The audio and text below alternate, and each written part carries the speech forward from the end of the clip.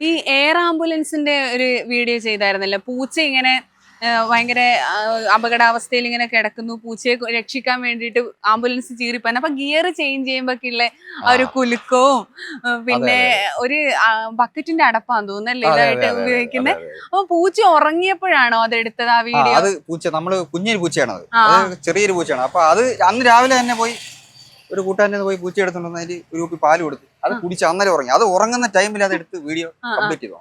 അത് ആ ഒരു കംപ്ലീറ്റ് ചെയ്യുന്ന സമയത്ത് അത് ഇടിച്ചു കഴിഞ്ഞാൽ വീഡിയോ ചെയ്യാൻ പറ്റില്ല, ആ വീഡിയോ പോയി. അങ്ങനെയാണ് പിന്നെ ഉറങ്ങുന്നവരെ കാത്തിരിക്കണം. പിന്നെ നമ്മൾ ഉറങ്ങുന്നവരെ നമ്മൾ വെയിറ്റ് ചെയ്യണം, കാരണം അതിനെ നമ്മൾ പിന്നെ നമുക്ക് ഉറങ്ങാൻ പറ്റില്ല, നമുക്ക് അതിന് ഇഞ്ചക്ഷൻ നമ്മുടെ ഡോക്ടറും തന്നെ.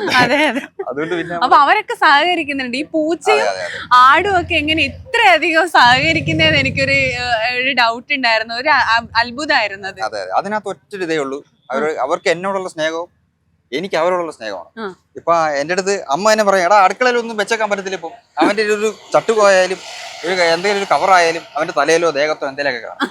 ഇപ്പൊ രാവിലെ എണീക്കുമ്പോഴേ അമ്മ പറയും, അവൻ ഇനി ഇന്ന് ഏത് വേഷമാണോ എന്തോ ഇടുന്നത്. ആദ്യമൊക്കെ കുറെ പേര് കളിയാക്കുമായിരുന്നു, ഇപ്പം നല്ല പോസിറ്റീവ് വീഡിയോ. എനിക്ക് എന്തായാലും കുഴപ്പമില്ല. ആദ്യമൊക്കെ ആൾക്കാരൊക്കെ വരുമ്പോഴത്തേനും ഇന്ന ആളെ അറിയാന്നൊക്കെ വരുമ്പോഴത്തേനും ഞാൻ മാറിയിരിക്കും, പേടിച്ചിട്ടാണ് അങ്ങനെ മാറിയിരിക്കാറുണ്ട്. എന്നാലും കുഴപ്പമില്ല. ഇന്ന് എന്റെ ഇന്റർവ്യൂ വരാൻ കട ചെന്ന് തുണിയെടുത്തു, കൊട്ടാരക്കര മണവാളം എന്ന് പറഞ്ഞൊരു കടയിൽ നിന്ന് എടുത്തത്. അപ്പൊ അവിടുത്തെ ഒരു ചേട്ടൻ ചേട്ടാ വീഡിയോസ് ഒക്കെ കാണാറുണ്ട്, എനിക്ക് ഭയങ്കര സന്തോഷം.